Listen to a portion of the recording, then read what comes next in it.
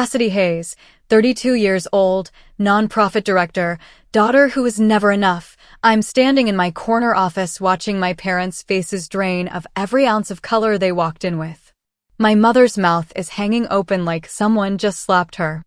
My father's newspaper is still folded under his arm, but his hand is shaking. They're staring at the gold letters on my door. Letters that spell out my name. Letters that say, Director of Community Programs. Letters they told me I'd never earn. You want to know what silence sounds like? It sounds like 32 years of being invisible finally catching up to two people who made sure I knew I didn't matter. Cassidy?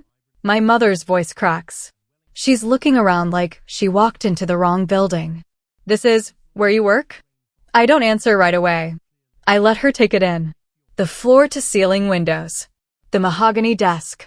The leather chair that cost more than the couch in my old apartment.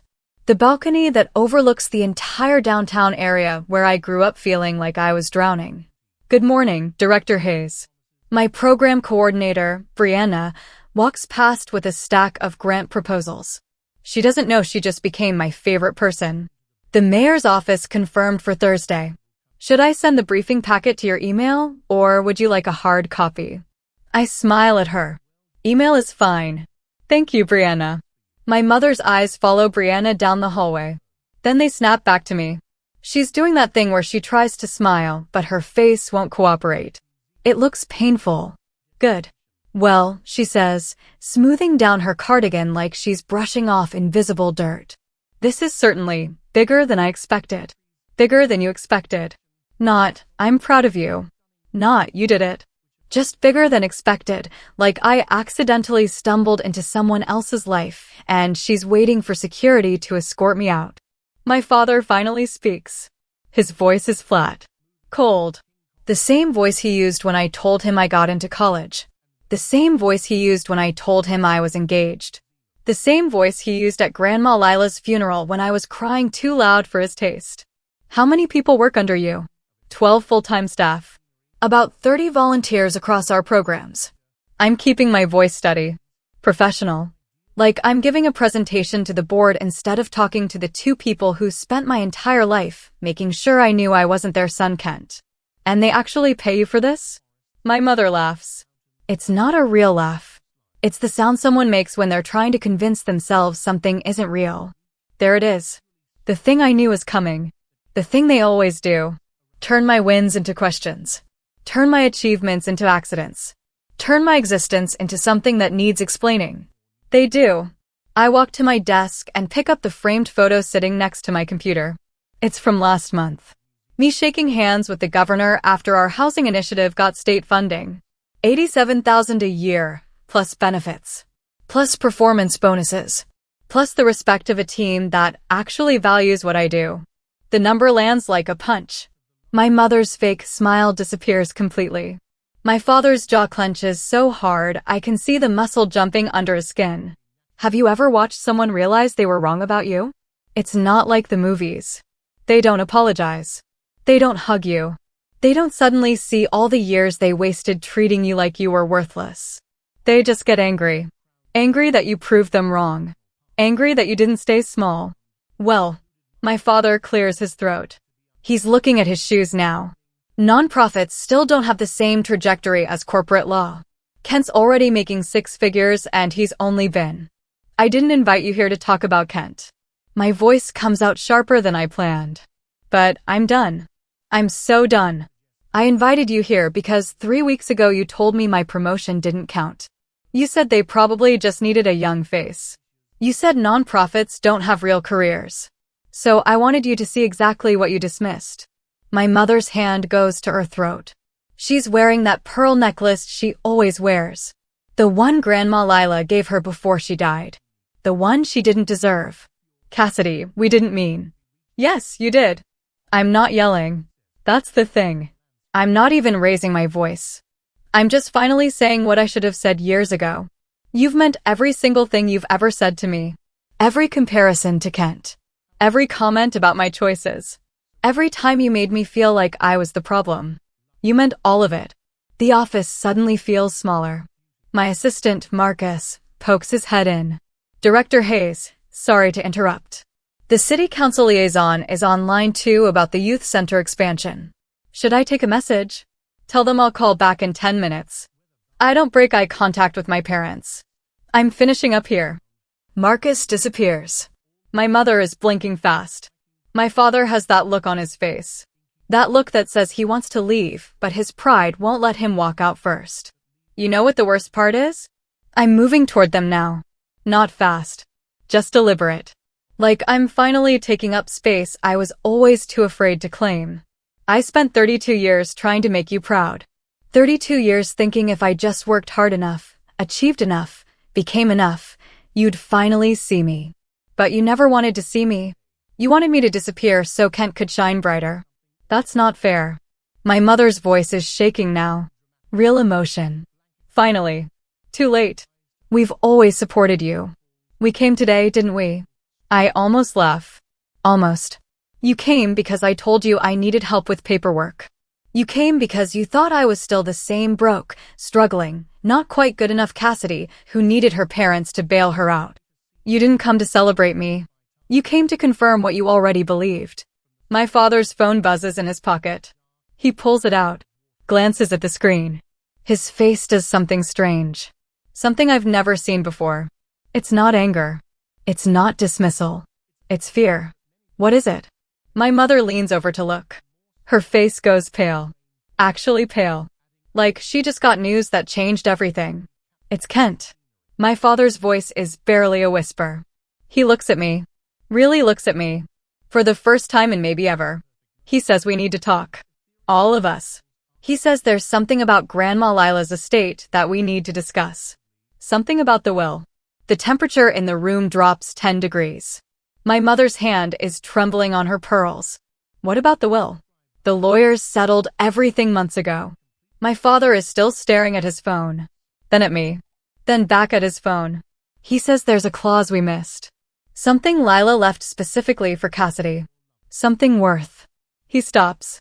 Swallows hard. Something worth over $300,000. The silence that follows is so thick you could drown in it. My mother turns to me. Her eyes are wide. Confused. Betrayed. Like I just stole something from her. You knew about this? Did I? Or did Grandma Lila know exactly what she was doing when she made me the beneficiary of the one thing my parents wanted most? Subscribe now because what happens next is going to tear this family apart in ways none of us saw coming. I was 7 years old the first time I realized love in our house came with a price tag. Kent had just won some math competition at school. 6th grade. Regional finals. My parents took him to the nicest restaurant in town. The kind with cloth napkins and waiters in bow ties. They got him a trophy case for his room. My father told everyone at church about it for 3 straight Sundays. 2 weeks later, I won the school spelling bee. Elementary division. Beat every kid in my grade. My prize was a gift card to the bookstore and a certificate with my name printed wrong. They spelled it Cassidy. My mother looked at it for 5 seconds. That's nice, honey. Then she went back to making Kent's favorite dinner because he had baseball practice and needed extra protein. I kept that misspelled certificate in my desk drawer for 10 years. I don't know why. Maybe because it felt like proof.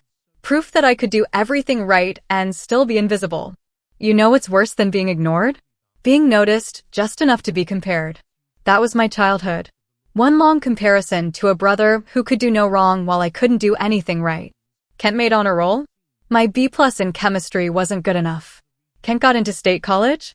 My acceptance to community college was a practical choice for someone like you. Kent brought home his first girlfriend?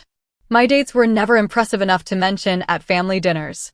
I stopped trying to compete somewhere around age 14. What's the point of running a race when someone keeps moving the finish line farther away every time you get close? But I still tried. God, I still tried. High school graduation. I was valedictorian. 4.0 GPA. President of 2 clubs. Scholarship offers from 3 schools. My speech was about persistence and believing in yourself even when nobody else does.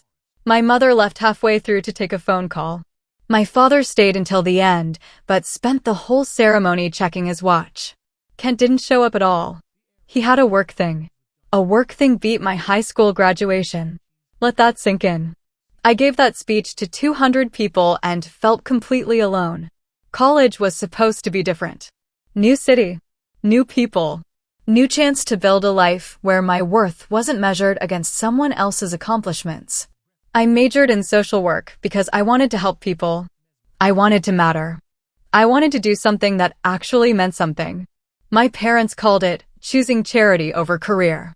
My father asked me 3 times if I was sure I didn't want to switch to business or pre-law. My mother kept sending me job listings for corporate positions like I'd accidentally enrolled in the wrong major and just needed a gentle reminder of what real success looked like. I graduated with honors. Dead up to my eyeballs, but honors. My parents came to the ceremony. Showed up 20 minutes late. Left right after my name was called. No dinner. No celebration. No, we're proud of you. Just a card with a $50 bill inside and a note that said, good luck with your next steps. Kent graduated law school 3 years later. They threw him a party. Catered. Hired a photographer. Invited everyone they'd ever met. I helped set up the tables the morning of and left before anyone else arrived. Nobody noticed. Have you ever felt like a ghost in your own family? Like you're standing right there but nobody sees you? Comment below if you know what that feels like. I moved back home after college. Mistake. Huge mistake. But I couldn't afford rent on a nonprofit salary and student loans at the same time. I took a job as a program coordinator at a community center making $32,000 a year. My father told his golf buddies I was still figuring things out. My mother told her book club I was doing volunteer work while I looked for something real. Volunteer work. Like I wasn't waking up at 6 every morning to run after-school programs for kids who had nobody else. Like I wasn't writing grants at midnight to keep the center funded. Like I wasn't the reason 15 teenagers had a safe place to go after school instead of the streets. But sure, volunteer work. That's what I was doing. I met Troy during year 2 of that job. He was a project manager at some tech company. Nice car. Nice apartment. Nice everything. He noticed me. Actually noticed me.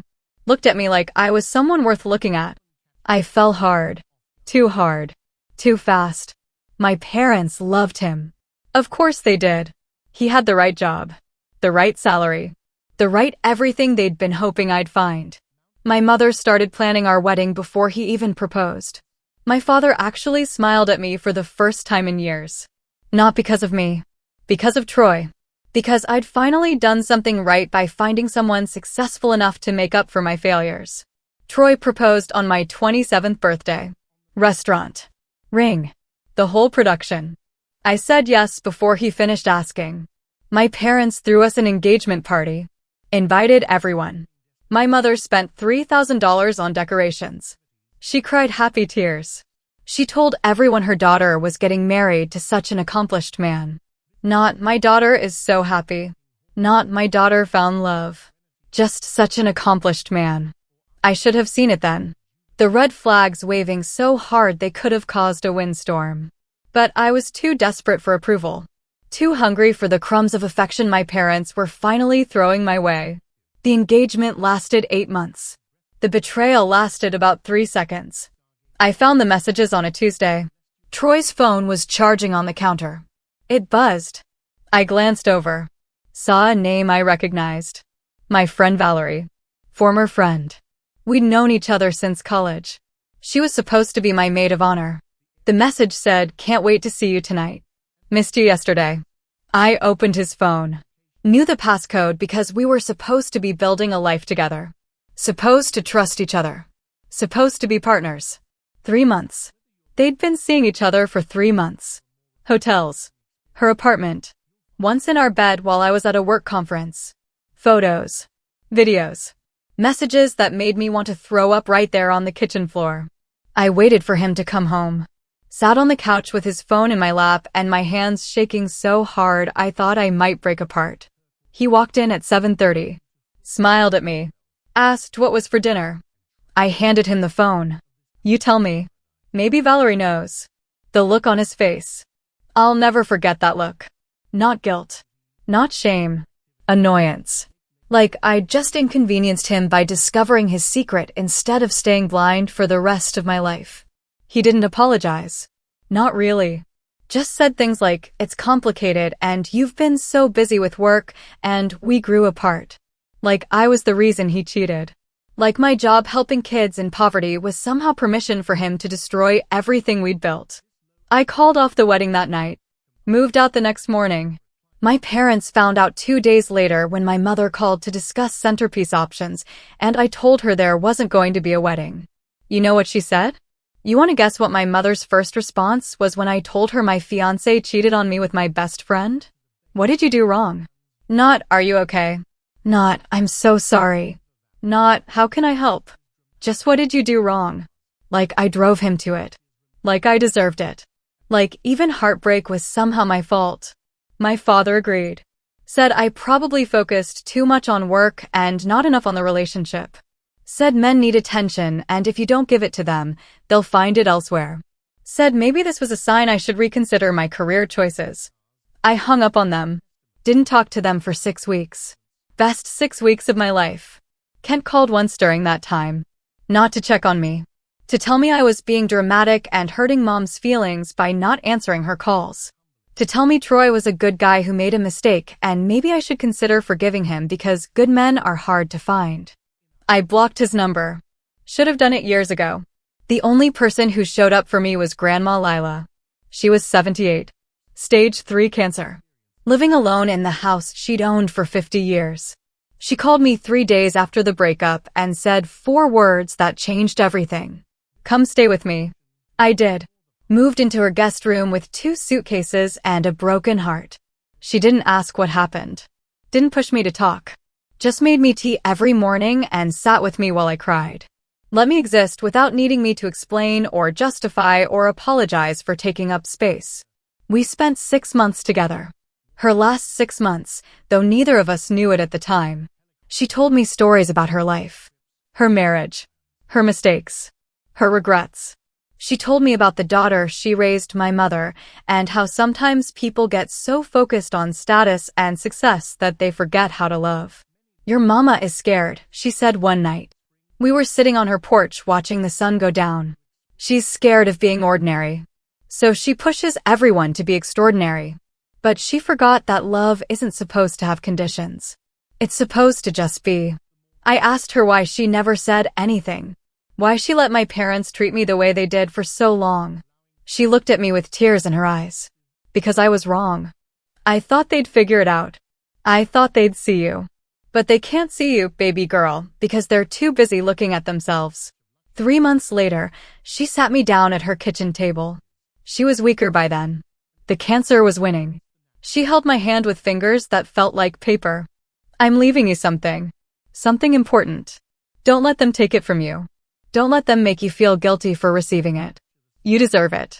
You hear me? You deserve it. I didn't understand what she meant. Not then. She died 2 weeks later. Peaceful. In her sleep. I was the one who found her. Called the ambulance even though I knew she was gone. Held her hand until they came. My parents arrived an hour later. My mother cried for the cameras at the funeral. My father gave a speech about family legacy. Kent looked bored. I was the only one who noticed Lila's favorite flowers weren't on the casket. I was the only one who knew her favorite song wasn't played. I was the only one who actually knew her. The will reading was a week after the funeral. Lawyer's office. Dark wood furniture. Everybody sitting in chairs that cost more than my monthly rent. My parents expected the house. The savings. The family jewelry. They'd been counting on it. Planning for it. Already discussing what they'd do with their inheritance. The lawyer cleared his throat. Read through the standard stuff. Then he got to the part that made my mother's face go rigid. To my granddaughter, Cassidy Jane Hayes, I leave the full ownership of my property located at 428 Maple Street, paid in full, along with the contents of my trust fund, totaling approximately $340,000, to be used as she sees fit for her future. The room went silent. My mother's mouth fell open. My father's face turned red. Kent actually laughed. Like it was a joke. Like any second the lawyer would say he was kidding. But he wasn't kidding. Lila left me everything. The house. The money. The life they thought belonged to them. My mother turned to me. Her eyes were cold. You manipulated her. You moved in with her and manipulated her into changing the will. I didn't respond. What was there to say? That I loved my grandmother? That I was there for her when nobody else was? That maybe she left me everything because I was the only one who ever actually loved her back? The lawyer handed me the keys to the house. My father stood up and walked out. Kent followed. My mother stayed long enough to tell me this wasn't over. That family doesn't do this to family. That I'd regret this. Then she left too. I sat there holding the keys to a house and a future I didn't ask for but somehow deserved. The lawyer looked at me with something like pity. Your grandmother knew exactly what she was doing. She called me 6 times in the last month to make sure everything was ironclad. She wanted you to have this. She wanted you to be free. Free. That's what Lila gave me. Not money. Not property. Freedom. I moved into her house the next day. Quit my job at the community center a week later. Applied for the director position at the nonprofit downtown. The one I'd been too scared to apply for because I didn't think I was qualified. The one that paid double what I was making. The one that came with an office and a team and a chance to actually change things. The interview was 3 weeks later. Panel of 5 board members. 2 hours of questions. Budget scenarios. Leadership philosophy. Vision for the organization's future. They asked me why I wanted the role. I broke down. Right there in the interview. Cried in front of 5 strangers because the real answer was too raw. Too honest. Too much. Because someone I loved believed I could do it, I said. And I spent my whole life being told I couldn't. And I'm tired of living like I'm not enough. The board president, a woman named Dolores with kind eyes and gray hair, handed me a tissue. You're hired. I thought I heard her wrong. What? You're hired. We've interviewed 15 candidates. None of them cared like you care. None of them had your fire. You start Monday. That was the moment. The moment everything changed. The moment I stopped being the invisible daughter and became someone who mattered. 2 weeks into the job, I called my parents. Told them about the promotion. The salary. The office. I still wanted them to be proud. Still needed it. Old habits die hard. They invited me over for dinner. I drove there with the offer letter in my purse like proof. Like evidence that I'd finally done something worth celebrating. Kent was there on speakerphone. He called during dessert to talk about some case he'd just won. My parents put him on speaker. He talked for 20 minutes. Nobody interrupted him. When he finished, my father clapped like Kent was right there in the room. Then I told them about my promotion. About the director title. The programs I'd be leading. The team I'd be managing. My mother smirked. Actually smirked. Your promotion doesn't count. They probably just needed a young face for donors. My father nodded without looking up from his coffee. Nonprofits don't have real careers anyway. It's not like you're building equity or making real money. Kent's voice came through the phone speaker, laughing. I mean, sis, I made that salary my first year out of law school. But good for you, I guess. I left their house at 8:42 that night. I know because I checked my watch. I wanted to remember the exact moment I decided I was done begging for scraps from people who would never feed me. I drove home to Lila's house. Stood in her kitchen. Made myself tea the way she used to make it. And I made a plan. A plan to show them exactly what they'd dismissed. Not for them. For me. Because I needed to see their faces when they realized they were wrong. When they realized I was never the problem. They were. 2 days later, I called them. Told them I needed help organizing some paperwork at my little office. Made my voice uncertain. Hesitant. The way they expected me to sound. The way I used to sound before Lila gave me permission to be more. They agreed immediately. My mother even sounded pleased. Like she was getting to play the martyr again. Like she was doing me some big favor by showing up. I hung up the phone and smiled. They had no idea what they were walking into. Subscribe if you've ever been underestimated. Because revenge is about to be served ice cold.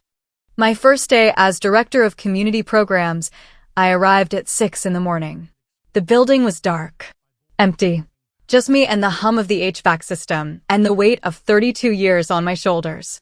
I stood in the lobby looking at the directory board. 4th floor. Executive offices. My name wasn't up there yet. They were installing it that afternoon. I took the stairs instead of the elevator. 4 flights. I needed to feel it. Every step. Every breath. This was real. This was happening. This was mine. The corner office at the end of the hall had my name on a temporary placard taped to the door. I unlocked it with hands that wouldn't stop shaking. Walked inside. Stood in the center of the empty room and cried for 10 minutes straight. Not sad tears. Not frustrated tears. Relief tears. The kind that come when you've been holding your breath for so long you forgot what oxygen felt like. The office was bigger than my first apartment. Windows on 2 walls. A balcony that overlooked the downtown area where I'd spent my whole life feeling small. A desk that could have seated 6 people for dinner. Bookshelves that were currently empty, but wouldn't be for long. My phone buzzed. Text from Dolores, the executive director. Coffee is on in the conference room. Welcome to the team. You're going to do amazing things. I believed her. For the first time in my life, I actually believed someone when they said I was going to be okay. The team meeting was at 9. 12 staff members. Some younger than me. Some older.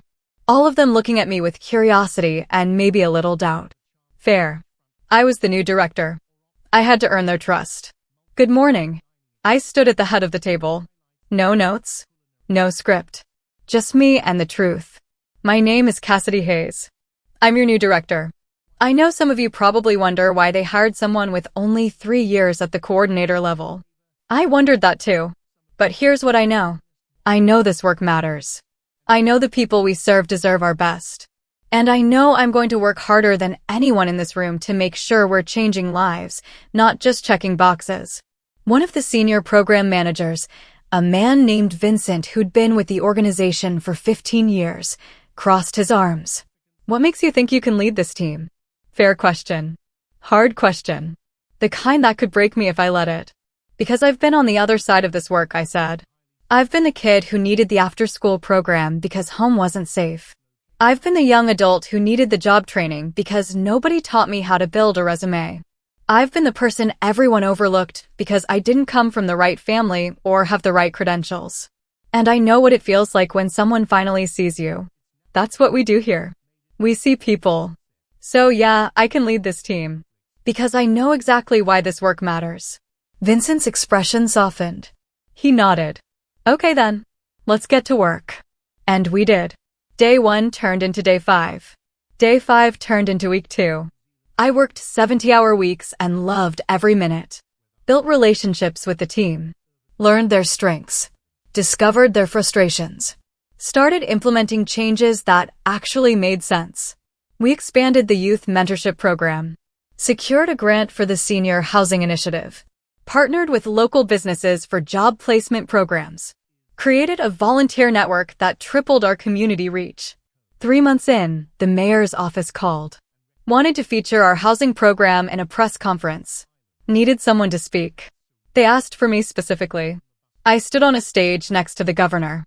Gave a 3-minute speech about affordable housing and community investment. The local news covered it. My face was on TV for 8 seconds. 8 seconds of me looking competent and professional, and like someone who knew what she was doing. My parents didn't call.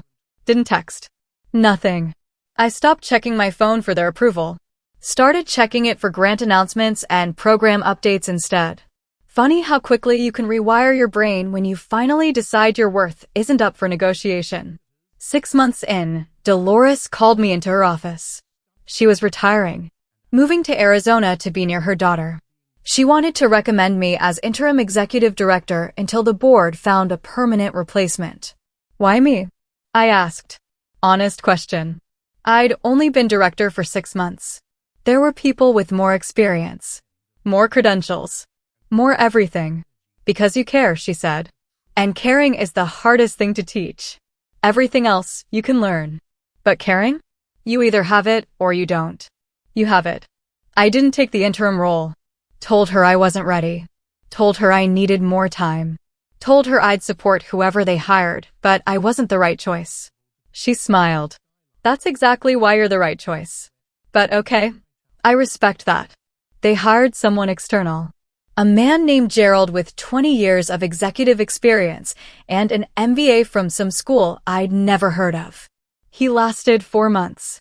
Spent most of his time restructuring things that didn't need restructuring and ignoring the community members we were supposed to serve. The board asked him to resign. Then they asked me to step in. Not as interim. As the actual executive director. I said no again. I wasn't playing hard to get. I genuinely didn't think I was ready. I was 31. I'd been in leadership for less than a year. I had imposter syndrome so thick I could barely see through it. The board president, a retired judge named Patricia, met me for coffee. What are you afraid of? Failing. The answer came out before I could stop it. I'm afraid of failing and proving everyone right who said I couldn't do this. Who's everyone? She asked. I didn't answer. Didn't need to. Cassidy. Patricia leaned forward. The only person you're trying to prove anything to is yourself. Take the job or don't take the job. But make the decision based on what you want, not on what you're afraid of. I took the job. Started as executive director on a Tuesday. Salary jumped to $93,000. Got a bigger office. Bigger team. Bigger everything.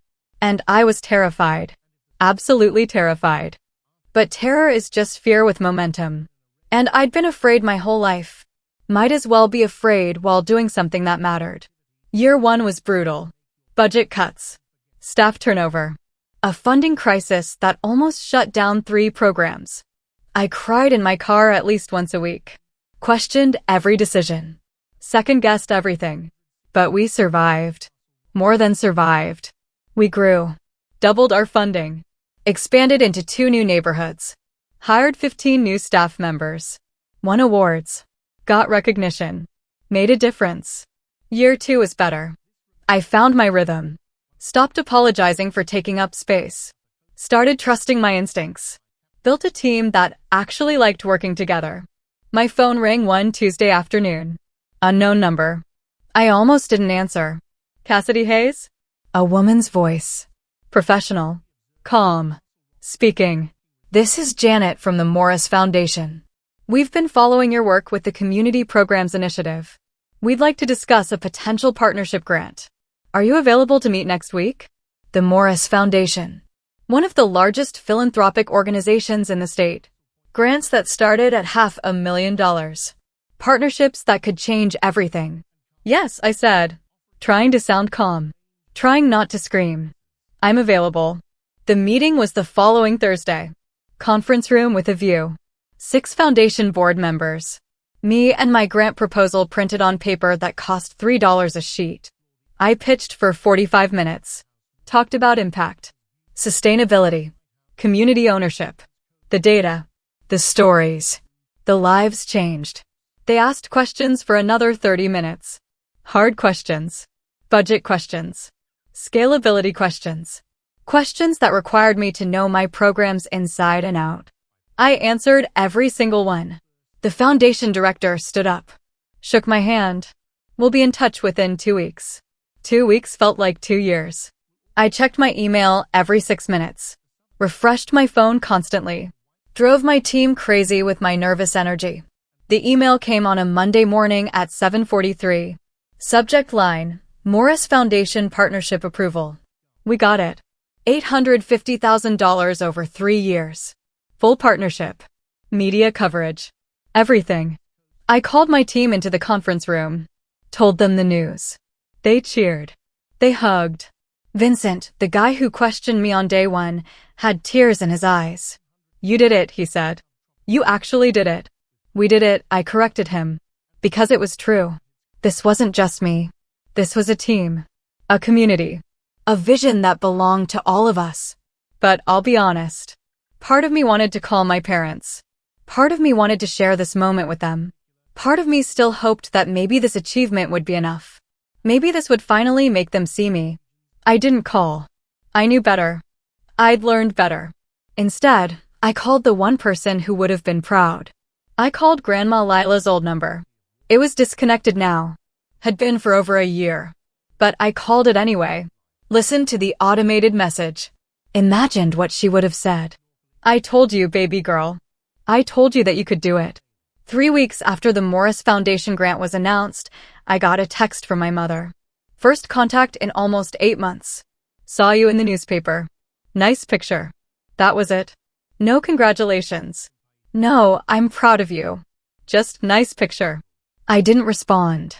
My office renovation was completed the following month. New furniture. Better technology. A nameplate outside my door in gold lettering. Professional. Permanent. Real. I stood in my office on a Friday afternoon looking at everything I'd built. The awards on the wall. The photos with community members. The thank you notes from families we'd helped.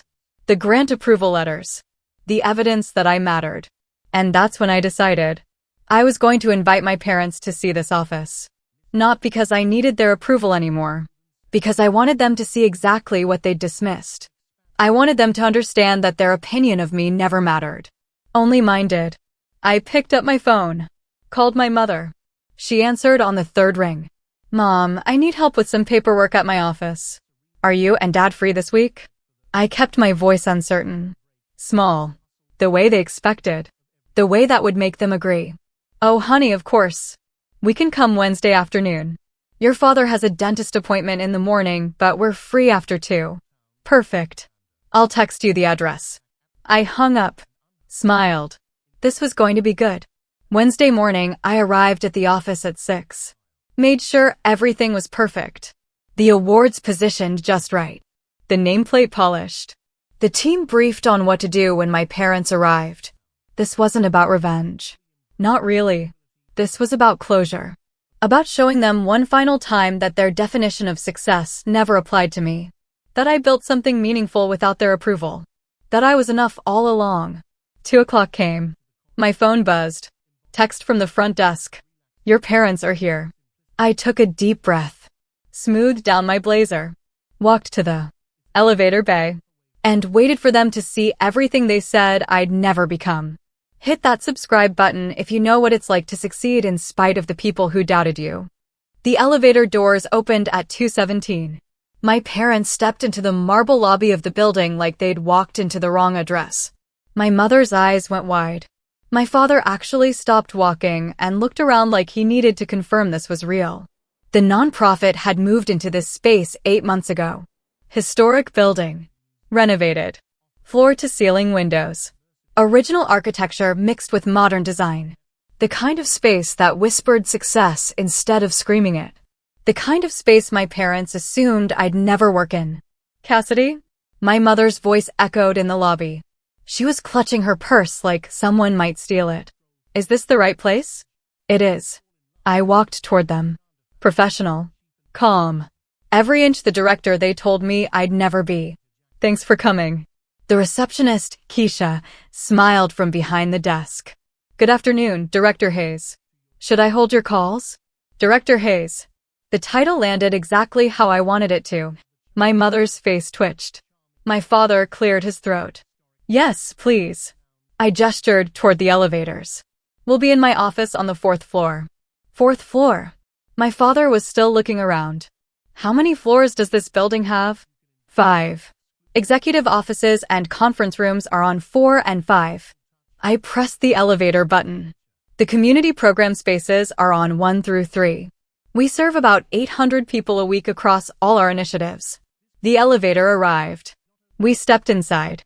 I pressed 4. The doors closed and the silence was thick enough to cut.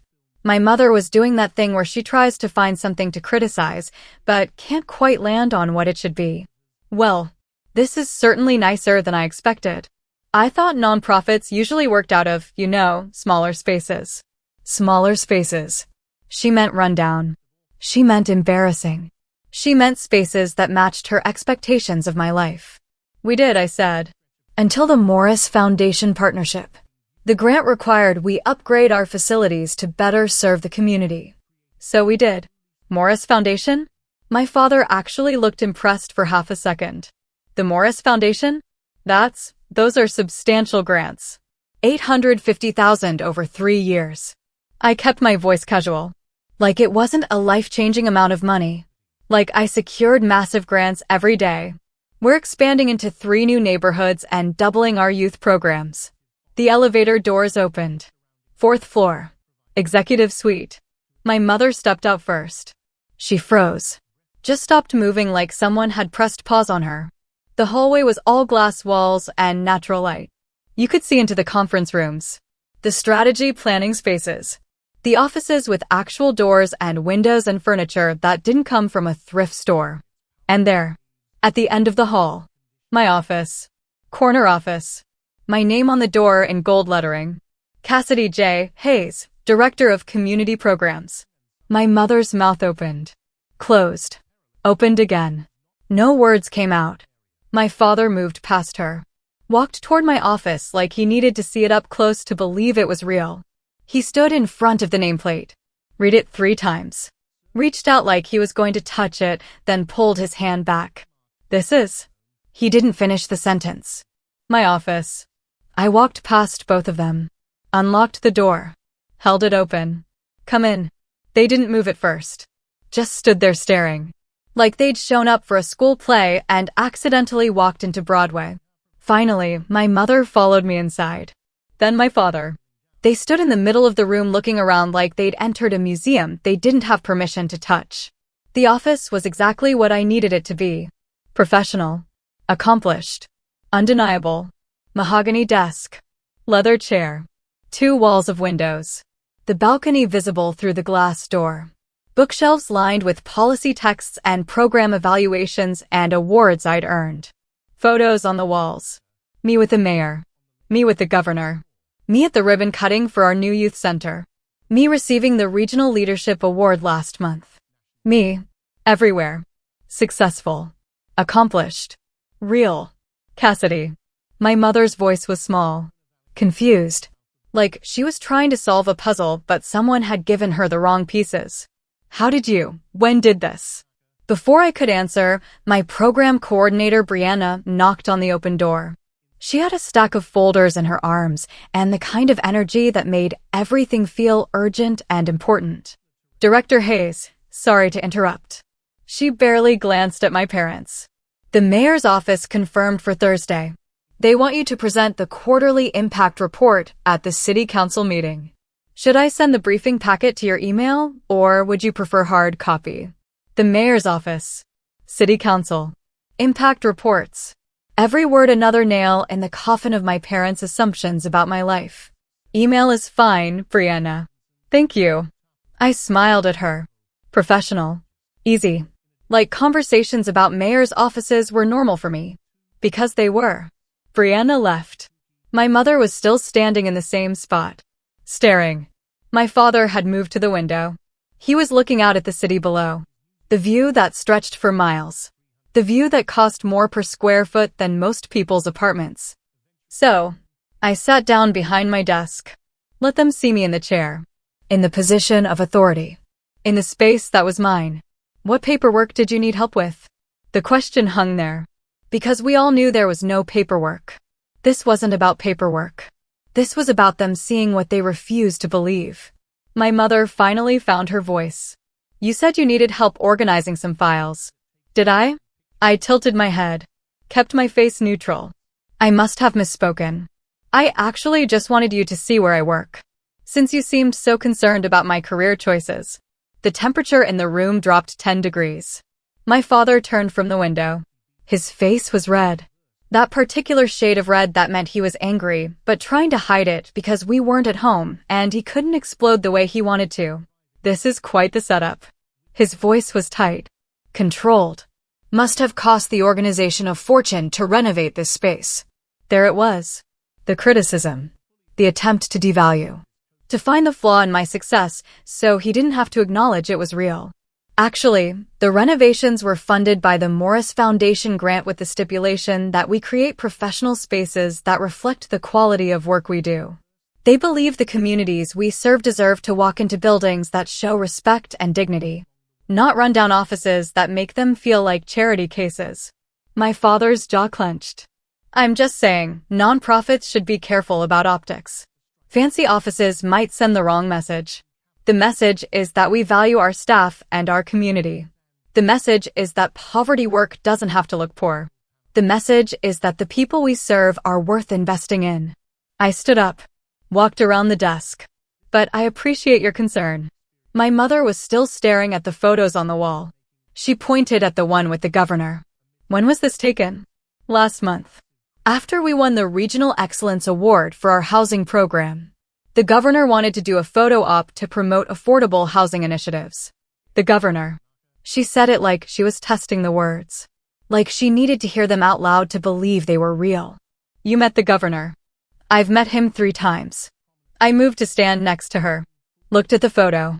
Remembered that day. How proud I felt. How far I'd come.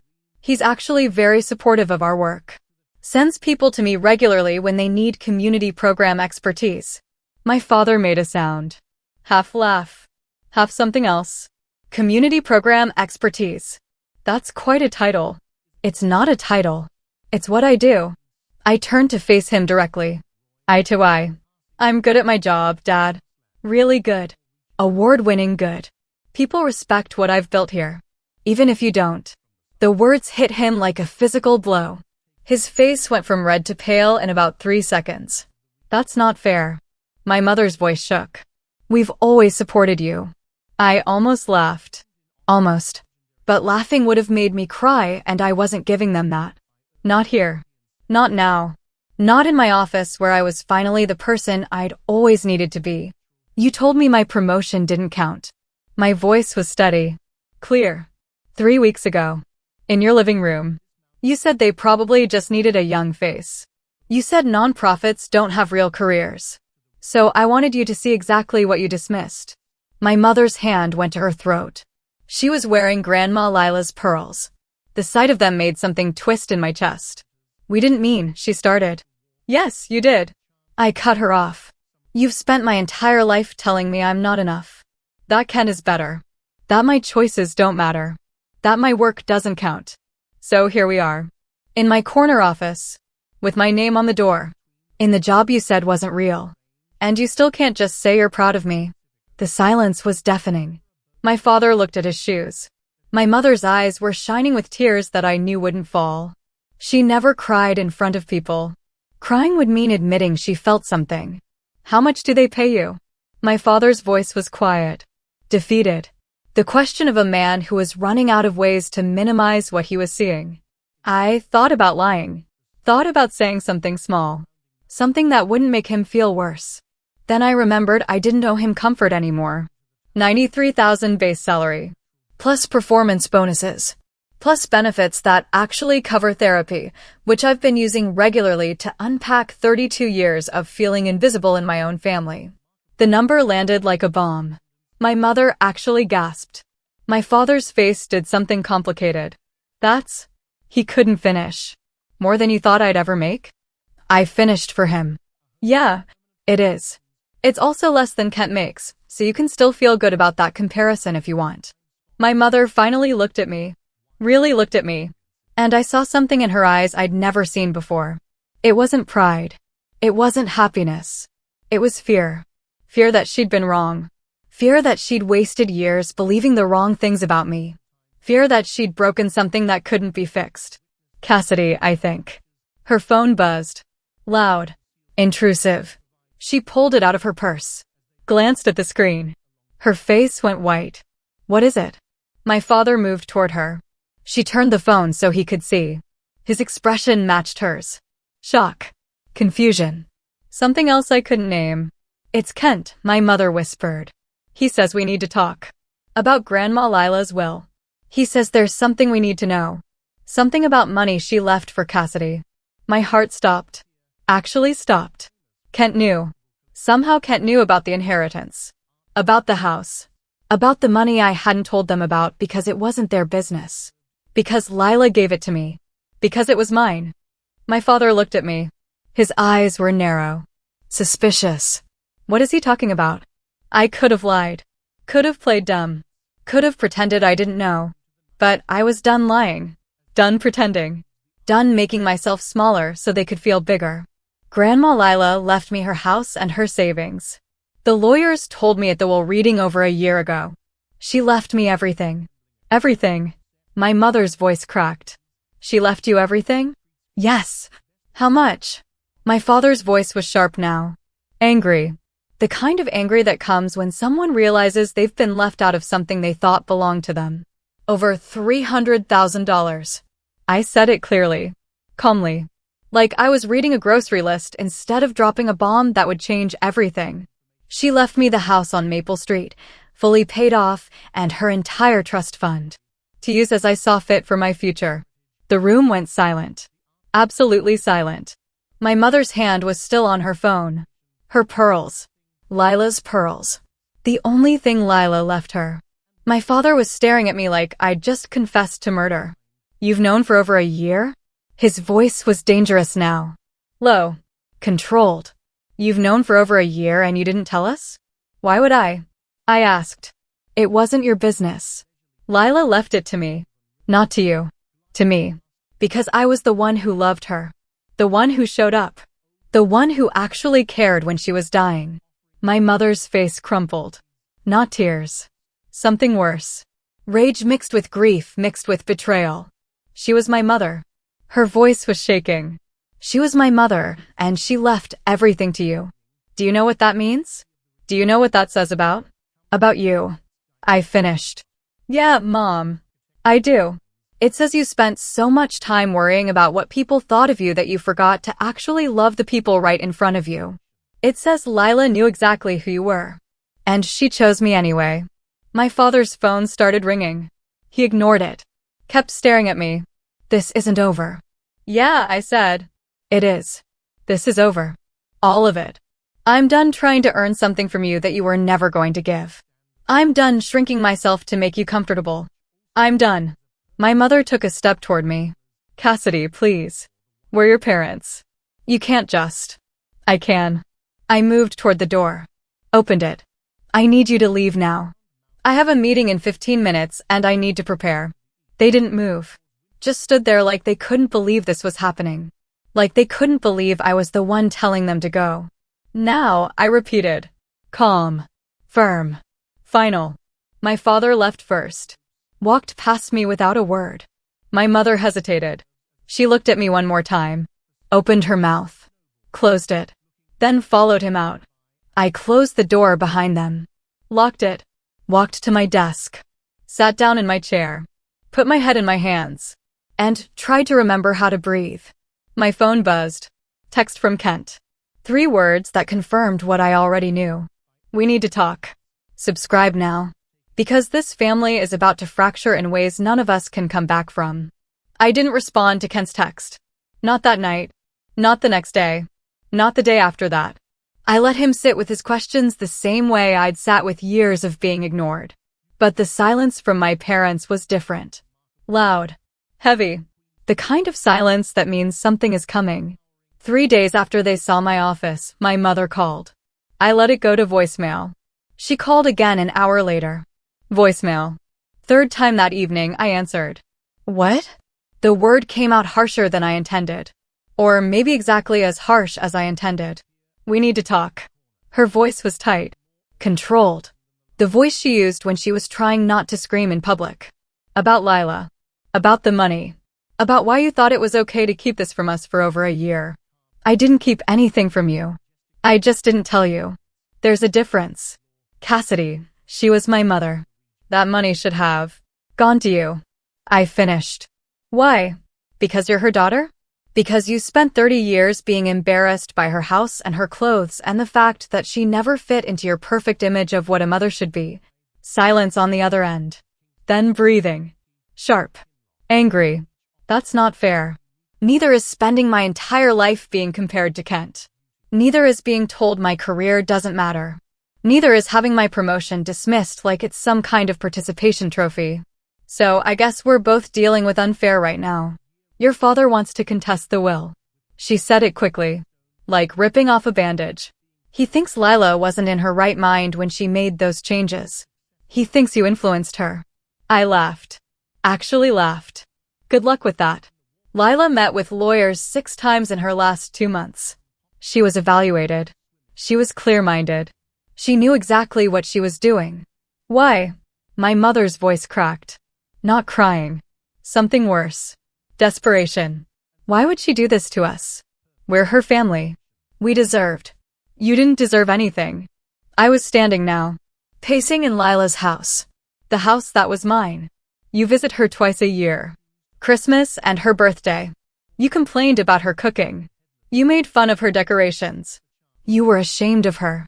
And she knew it. She knew all of it. That's not true. It is true. I lived with her for 6 months, Mom. She told me everything. About how you used to beg her not to come to school events because you were embarrassed. About how Dad made comments about her working-class background. About how you both treated her like she was some kind of burden instead of a person who loved you. More silence. Then a sound. Small. Broken. I loved my mother. Maybe. My voice softened despite myself. But you didn't show her. And showing up matters. Being present matters. She left me everything because I was the only one who was actually there when she needed someone. So this is punishment? She punished us by giving you everything. No. This is love. She loved me. And she made sure I'd be okay when she was gone. That's what love does. I hung up before she could respond. Turned off my phone. Poured myself tea. Lila's favorite blend. Sat on her porch. My porch. And tried to figure out how we'd gotten here. The answer was simple. We got here because I finally stopped accepting scraps and started demanding the full meal. Work became my refuge. The one place where I was valued. Respected. Seen. Thursday morning, I presented the quarterly impact report to the city council. 10 minutes of data and stories. 10 minutes of proving that our programs mattered. That the money they invested was changing lives. The council gave us additional funding. $50,000 for program expansion. The mayor shook my hand after. Told me I was doing important work. I drove back to the office feeling lighter than I had in days. Then I saw the car in the parking lot. Kent's car. Black. Expensive. The kind of car that screams, I make more money than you. He was leaning against it. Arms crossed. Waiting. I considered driving past. Just leaving. But I was done running for my family. If they wanted a conversation, we'd have one. I parked. Got out. Walked toward him. Cassidy. He pushed off the car. We need to talk. So talk. He looked uncomfortable. Good. Kent never looked uncomfortable. Always had the right answer. The right everything. Mom called me. Told me about the inheritance. About Lila's will. He paused. Why didn't you tell us? Tell you what? That Lila left me money? Why would I? It wasn't your business. She was our grandmother. That makes it our business. No. I stepped closer. It makes it my business. Lila made a choice. She chose me. If you have a problem with that, take it up with her lawyers. Or her grave. But I'm done explaining myself to this family. Kent ran his hand through his hair. Frustrated. This isn't about the money. Yes, it is. It's always about the money. The status. The achievements. The scoreboard. That's all this family has ever cared about. That's not true. Really? Then tell me, Kent. When's the last time you called me just to see how I was doing? When's the last time Mom or Dad asked about my life without comparing it to yours? When's the last time anyone in this family treated me like I mattered without qualifications or conditions? He didn't answer. Couldn't answer. Exactly. I turned to walk away. I'm sorry. The words stopped me. I turned back. Kent was looking at the ground. His hands in his pockets. Looking more like the brother I used to know before law school turned him into Dad's clone. What? I'm sorry. He looked up. You're right. We did compare. We did treat you like you weren't enough. And that was wrong. I waited for the but. There was always a but. Mom and Dad are talking about contesting the will. I told them it was pointless. Told them Lila had every right to leave her estate to whoever she wanted. They didn't listen. Of course they didn't. For what it's worth, I think Lila made the right choice. You were there for her. We weren't. You earned that inheritance in ways that have nothing to do with money. I didn't know what to say. Kent had never admitted being wrong about anything in his entire life. Thanks was all I could manage. He nodded. Got in his car. Rolled down the window before driving away. Your office is really nice, by the way. Mom sent me photos. I'm proud of you, Cass. I know I should have said it sooner. Then he left.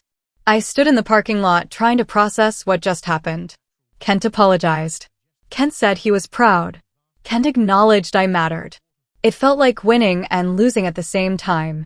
That evening, I got an email from my father's lawyer. Subject line, regarding the estate of Lila Mae Henderson. I didn't open it. Not yet. I knew what it would say. Contest. Challenge. Legal action. Instead, I called my own lawyer. The one Lila had recommended before she died. Cassidy. Attorney Morrison's voice was warm. Reassuring. I was expecting your call. Your father's lawyer reached out yesterday. And they don't have a case. Lila's will is ironclad. Multiple witnesses. Medical evaluations. Clear mental capacity. Your father can contest all he wants, but he'll lose. And it'll cost him tens of thousands in legal fees to lose. Good. There's something else. Morrison paused. Lila left a letter for you. To be given to you if anyone contested the will. I think now is the time. A letter. She wrote it 3 weeks before she died. Sealed it. Left instructions that you should receive it if her family tried to challenge her decisions. I'll messenger it over tomorrow. I hung up, sat in my car in the office parking lot, and tried to imagine what Lila would have written. What final words she wanted me to hear. The letter arrived at my office the next morning. Cream envelope. Lila's handwriting on the front. To my Cassidy. Open when they fight. She knew. She knew they'd do this. I opened it with shaking hands. My dearest Cassidy. If you're reading this, it means my family is doing exactly what I knew they'd do.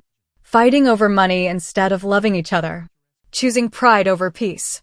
Being stubborn instead of being kind. I'm not surprised. I raised your mother to care more about appearances than authenticity. That's my failure, not hers. But you're different. You chose connection over status. You chose love over convenience.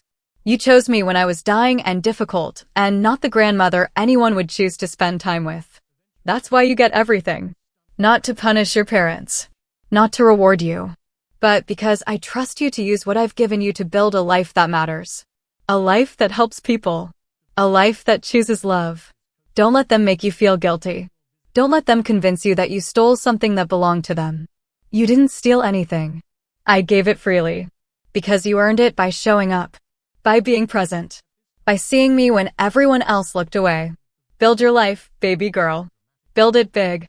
Build it bold. Build it without apology. All my love, Lila. I read it 3 times. Cried through all 3 readings. Then I folded it carefully, put it back in the envelope, and added it to the frame of photos on my office wall. Evidence. Proof. Permission. My phone rang. My mother. I answered. Did you get a letter from Lila? Her voice was strained. Tight. I did. What did it say? That she loved me. That she made the right choice. That I should build my life without apology. Silence. Then breathing. Then words that sounded like they hurt coming out. Are you going to? Going to what? Build your life without apology.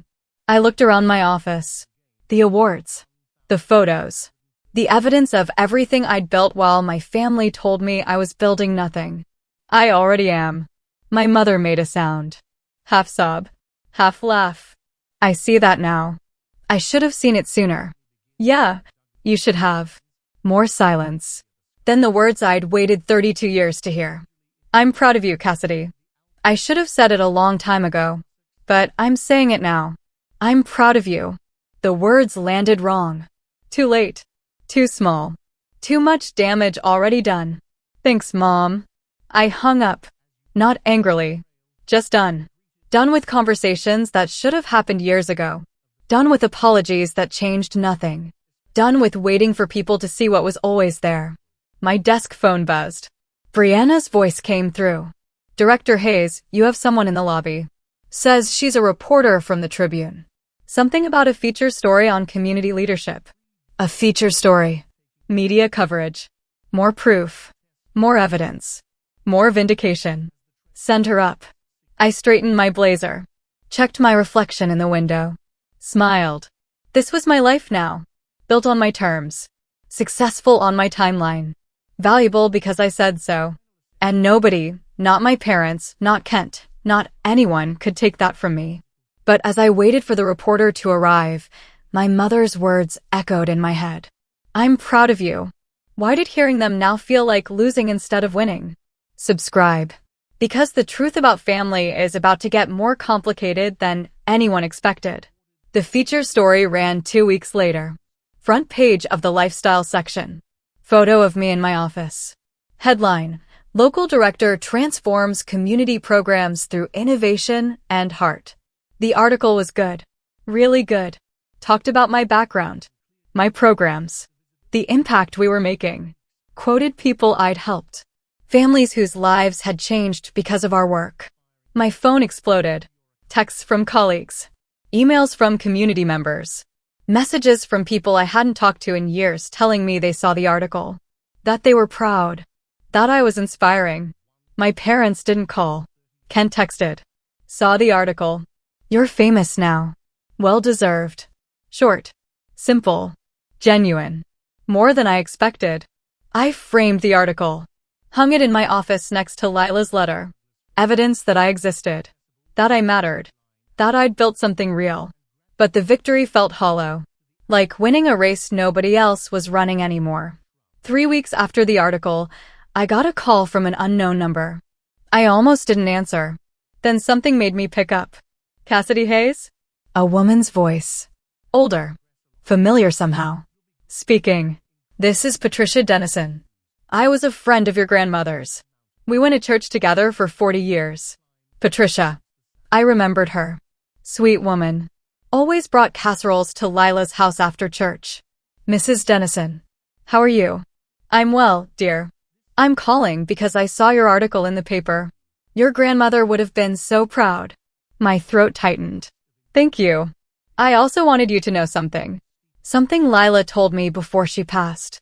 She made me promise not to tell you unless you needed to hear it. And I think now you need to hear it. I sat down. What is it? Your mother came to see Lila 3 days before she died. I was there visiting.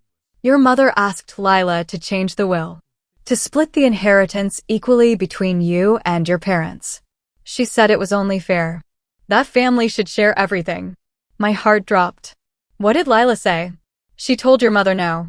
She said you were the only one who loved her without conditions. The only one who showed up. The only one who deserved to inherit what she'd built. Patricia paused. Your mother cried. Begged. Offered to visit more. Offered to do better. But Lila said it was too late. That patterns matter more than promises. I couldn't breathe. My mother knew. She knew before Lila died that I was getting the inheritance. She knew and she said nothing. She knew and she still acted surprised at the will reading. She knew and she still tried to make me feel guilty. Why are you telling me this? My voice was barely a whisper. Because Lila also told me something else. She said your mother wasn't cruel. She was scared. Scared of being ordinary. Scared of not mattering. And she projected that fear onto you. Lila said forgiveness doesn't mean forgetting. But understanding why people hurt you can sometimes help you let go of carrying that hurt forever. I thanked Patricia. Hung up. Sat in my office staring at nothing. My mother knew. All this time, she knew. I didn't call her. Didn't text. Didn't reach out. What would I even say? Instead, I drove to the cemetery. First time since the funeral. I'd been avoiding it. Avoiding the finality of the grave. The permanence of loss. Lila's headstone was simple. Her name. Her dates.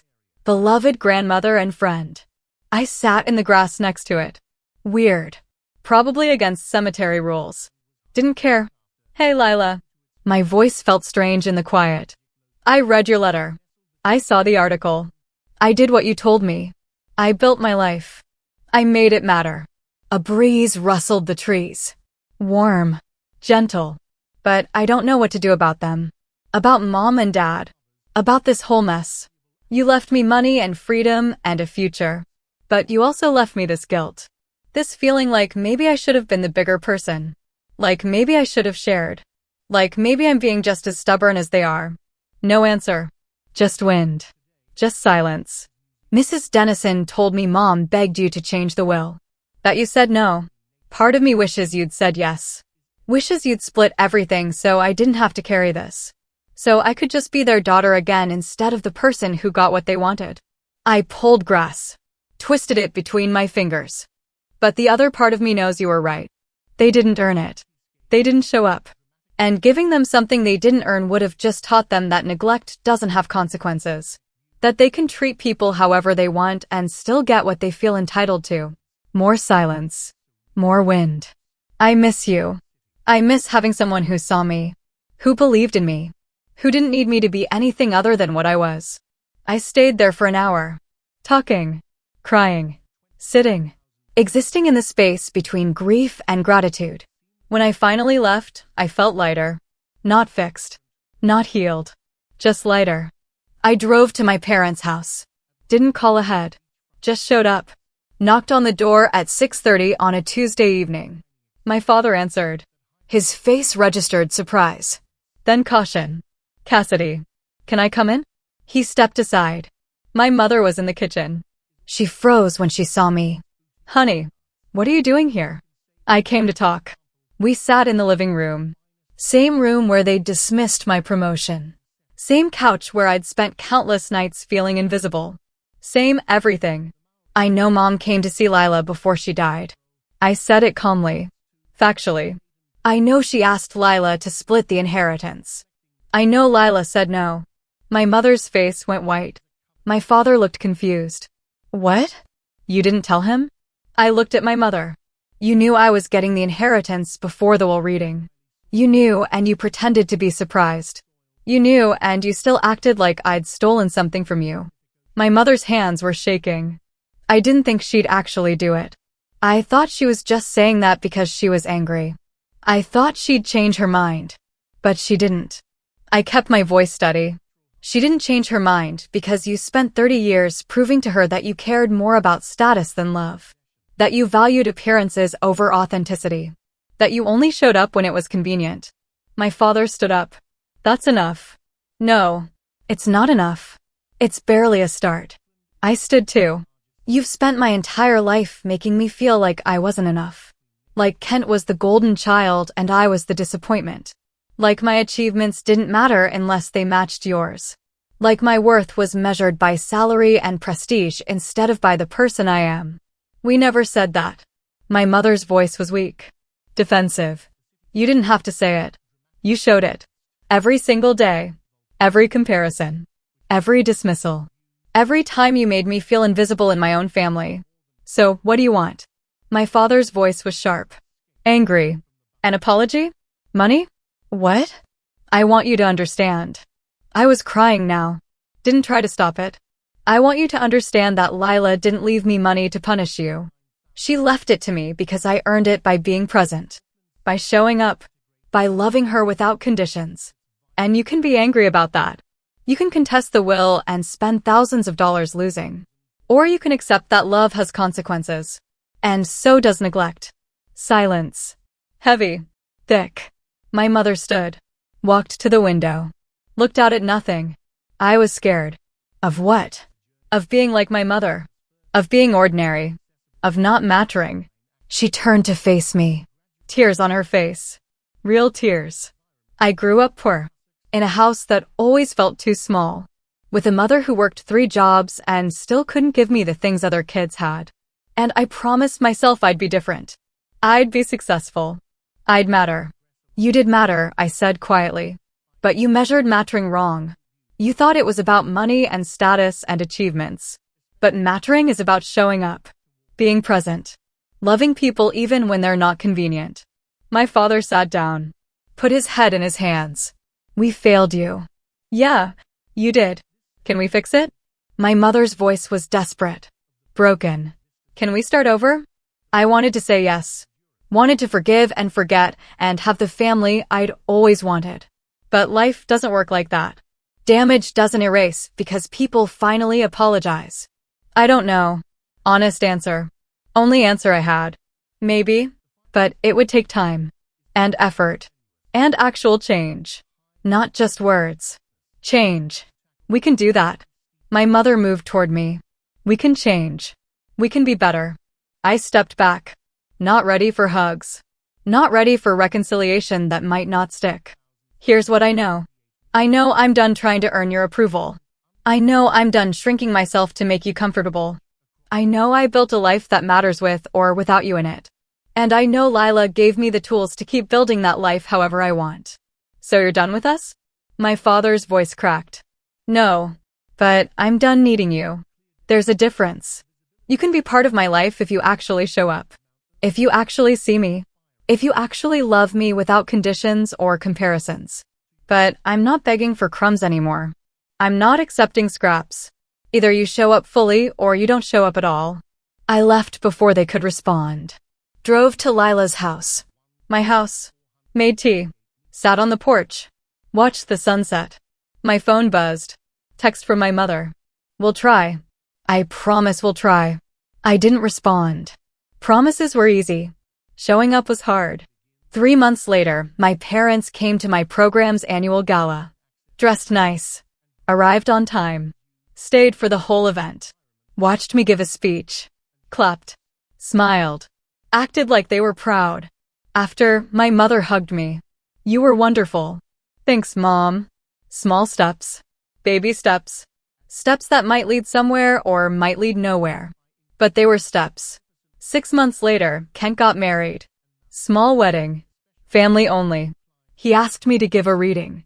Not because he had to. Because he wanted to. My parents sat in the front row. Held hands.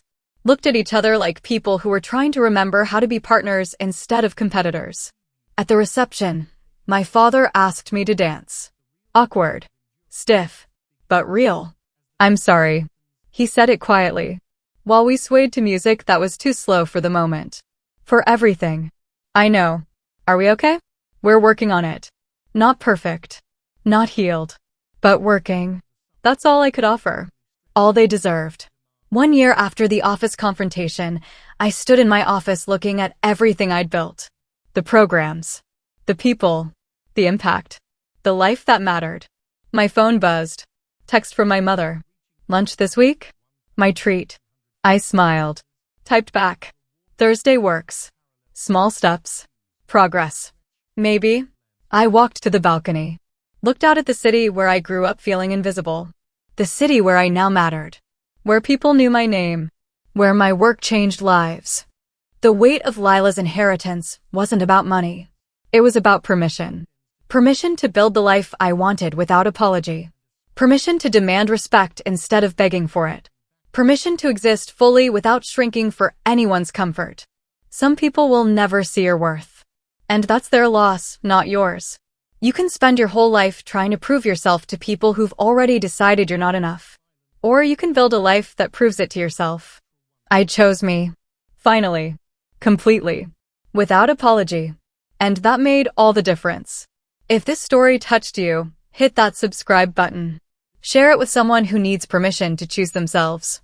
Comment worthy if you've ever had to prove yourself to the wrong people. You're enough, with or without their applause. You always were. You always will be. Sometimes you just need to see your name in gold letters on a door to believe it.